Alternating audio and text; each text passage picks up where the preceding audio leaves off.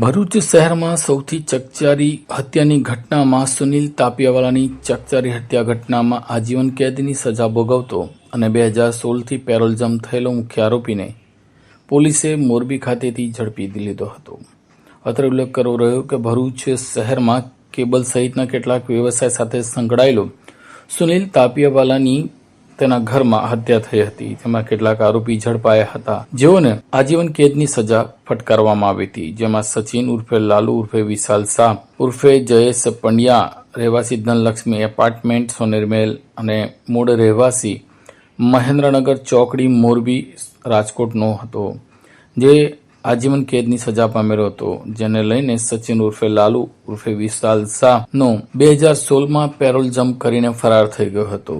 જે બાબતે ભરૂચ એ division police દ્વારા તેની શોધખોળ કરવામાં આવી હતી. આ દરમિયાન આજે ભરૂચ લોકલ ક્રાઇમ બ્રાન્ચની ટીમ અને ભરૂચ એ ડિવિઝન પોલીસને મળેલી પાક્કી બાતમીના આધારે છેલ્લા 9 વર્ષથી પેરોલ જમ્પ કરી ભાગતો ફરતો આ સચિન મોરબી ખાતે આવ્યો હોવાનું જાણ્યું હતું. જેને લઈને પોલીસે તેના વિસ્તારમાં વોચ ગોઠવી હતી. એ દરમિયાન તે ઝડપાયો હતો. આમ ભરૂચમાં સૌથી ચકચારી હત્યામાં 9 વર્ષથી પેરોલ જમ્પ કરીને ભાગતો ફરતો આરોપી ઝડપાયો હતો.